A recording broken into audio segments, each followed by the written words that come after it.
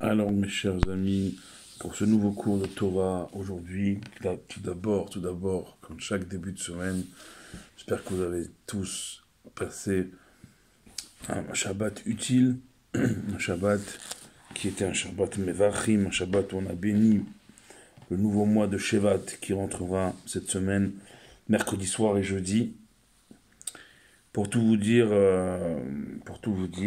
hier soir et aujourd'hui, c'était la Haskara de mon grand-père, Avner Bar Simcha, Avner Nessim Bar Simcha, hier soir et aujourd'hui. Et ce soir, on entame notre semaine d'études, Baruch Hashem, une semaine. J'ai vu passer ça aujourd'hui, on est à 13 jours de Yudjvat. Imaginez-vous. Le décompte avant Yudjvat, avant, personnellement, ma première fois chez le Rabbi, Baruch Hashem, avec l'aide de Dieu. Et il faut se préparer. Alors, mes yeux, chez moi, se sont posés sur des Sfarim. Faut savoir que c'est quoi Yudjvat? Yudjvat, c'est d'abord la Iloula du Rabbi précédent, Rabbi Yosef Yitzhak, Rabbi Rayatz, le beau-père du Rabbi. Et un an plus tard, en 1951, la prise de fonction, la Nessiout, comme on appelle ça, la prise de direction du Rabbi. Et bien sûr qu'il y a le légendaire Mahamar de Bat Ilegan Yachotikala qu'il faut étudier 60 jours avant. Déjà, bon, pour les plus magnanimes, 30 jours avant, mais il faut se préparer à Yudjvat. C'est pas une date qu'on aborde comme ça, c'est une date importante où le passage de flambeau entre deux rébéim, entre le Rabbi précédent et le Rabbi. Et mes yeux se sont portés chez moi vers les Sfarim que j'avais acquis le Dida Notzar de l'année dernière. Les Tevet de l'année dernière, il me semble, l'Ikouté Dibourim du Rabbi précédent. C'est une compilation de toutes les paroles que le Rabbi précédent il a prononcées. Et j'ai feuilleté. Et je suis tombé sur une question, c'est même pas une question, c'est un fait. C'est un fait qui s'est passé à l'époque du Baal Shem Tov, Rabbi Israël Baal Shem Tov, le fondateur de la Chassidoute.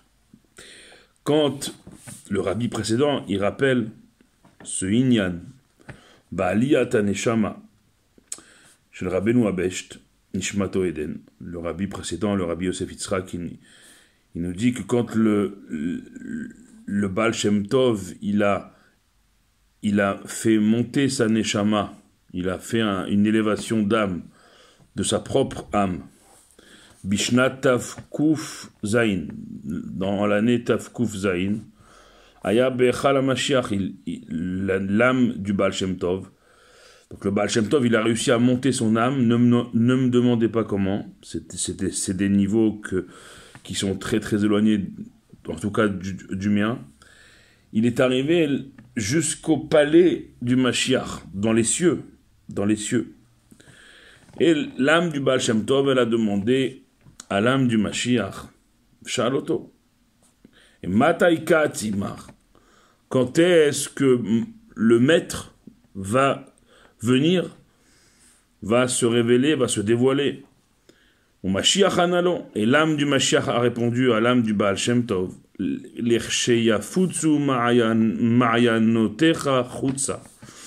réponse très connue dans le monde de la Chassidoute. Lorsque tes sources se seront répandues à l'extérieur.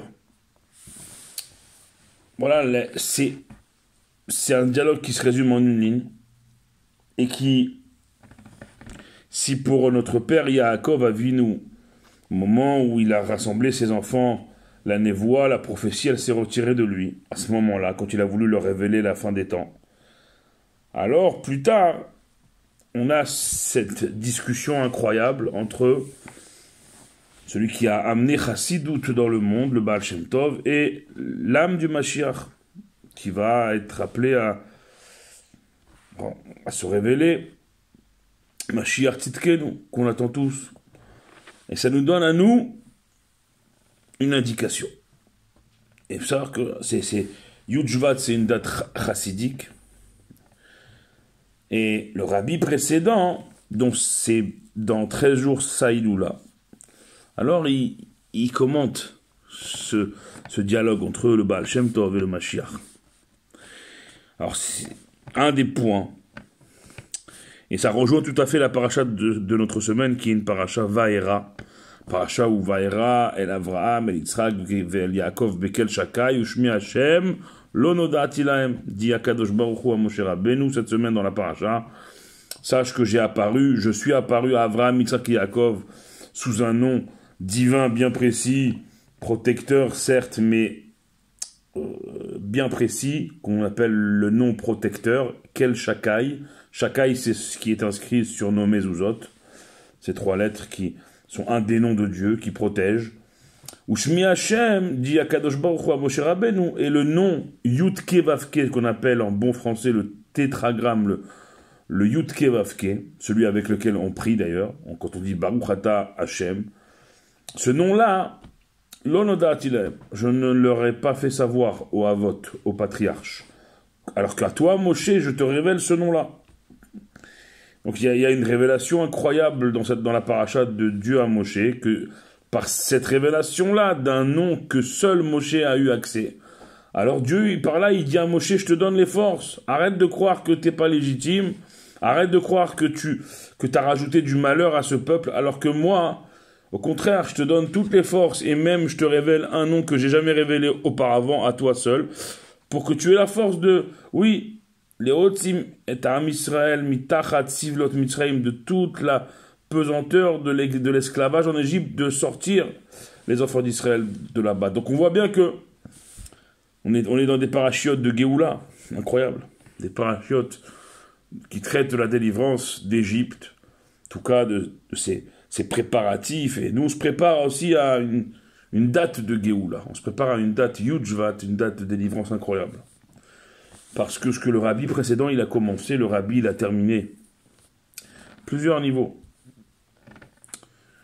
Et c'est bien d'étudier Chassidout, de se préparer spirituellement à Yud-Shvat. Pour moi, cette année, c'est vraiment une préparation importante parce que je vais m'y rendre pour la première fois. Et donc, c'est ce dialogue entre le Baal Shem Tov et le Mashiach, le rabbi précédent, le rabbi Yosef Yitzhak, le rabbi Rayatz, il dit que dans la Sheela du Besht, dans la question du Baal Shem Tov, Nishmato Eden, et dans la réponse du Mashiach, Me'ave Sheelat HaBesht Be'inyan Biat HaMashiach, on comprend que la question du Baal Shem Tov, elle est sur le Inyan de la venue du Mashiach. Et à Askala, comment intégrer, comment comprendre cette venue. La réponse du Mashiach est à Asaga. C'est le fait, la réponse du Mashiach, c'est quand on aura compris, quand on aura assimilé, c'est quoi Mashiach? Et comment on peut atteindre cette compréhension? Askala imatai katima. Le fait de se renseigner, c'est de ne serait-ce qu'arriver à demander quand est-ce que Mashiach va venir. Déjà, il faut le demander. Alors vous allez me dire, nous on le demande, Baruch Hashem, mais certaines personnes ne se le demandent même pas. Demandez Mashiach. C'est la première partie. Donc c'est la question du Baal Shem Tov, c'est la première des conditions, c'est la première partie à faire. C'est demander quand Mashiach va venir. Ça, c'est une étape importante. Et la saga, quand est-ce qu'on va parachever ce dialogue qui va amener Mashiach concrètement? C'est quand on aura accompli aussi la deuxième partie, c'est-à-dire la réponse de Mashiach. Et ça, c'est quand on aura assimilé ça dans nos vies. C'est quoi? C'est quand on aura propagé les sources de la Chassidout à l'extérieur. Alors il y a même à cette réponse-là du Mashiach, le rabbi précédent, Rabbi Yosef Yitzhak, qui dit qu'il y a deux sens. Premier sens, Ma'ayanotecha yafutsu bachutz. Que tes sources, les sources du Baal Shem Tov, les sources de la Chassidut, eh bien, elles se répandent à l'extérieur. C'est le sens le plus commun qu'on donne à cette réponse du Mashiach.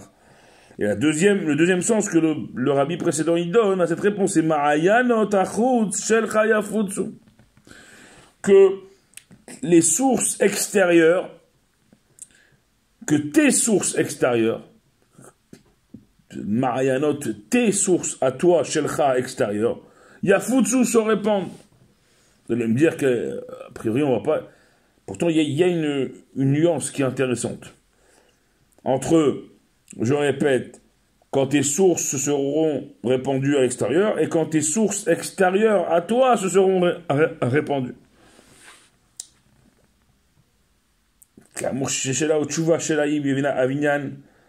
La tchouva or. Chez la binyan.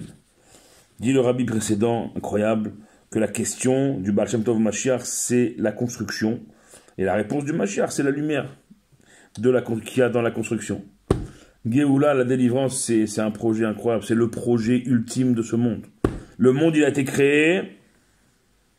Le monde, il a vécu, il a tout ce qu'il a vécu. Tout ça dirigé vers ce but-là. Le but de la Géoula, le but que Mashiach il va amener au monde, la révélation de Dieu et une harmonie incroyable. Qui aujourd'hui peut se targuer de ne pas avoir besoin de cette lumière? Eh bien, la question du Baal Shem Tov, nous dit Rabbi précédent, c'est la construction. Et la réponse du Mashiach, c'est la lumière. Maintenant, quand tes sources seront répandues à l'extérieur, c'est les enseignements du Baal Shem Tov. Mais maintenant, le deuxième sens, quand tes sources extérieures se seront répandues, c'est les shluchim du Baal Shem Tov, c'est les envoyés extérieurs du Baal Shem Tov qui se seront répandus. Et on arrive à 12 minutes, il faut s'arrêter là pour aujourd'hui, mais réfléchissez. Vous verrez qu'on n'est pas très loin, Baruch Hashem, de la Géoula. Chers amis, d'envoyer un maximum d'ondes positives à nos frères et sœurs en terre d'Israël, à nos militaires, à nos otages, notamment à ce bébé Bibas qui a fêté aujourd'hui en date juive son anniversaire de ses 1 an terrible. Que Dieu le libère, lui et tous les otages, qui rentrent sains et saufs dans leur maison. Que Dieu protège nos frères et sœurs en Israël du nord au sud, du sud au nord. Baruch Adonai Leolam, Amen ve Amen.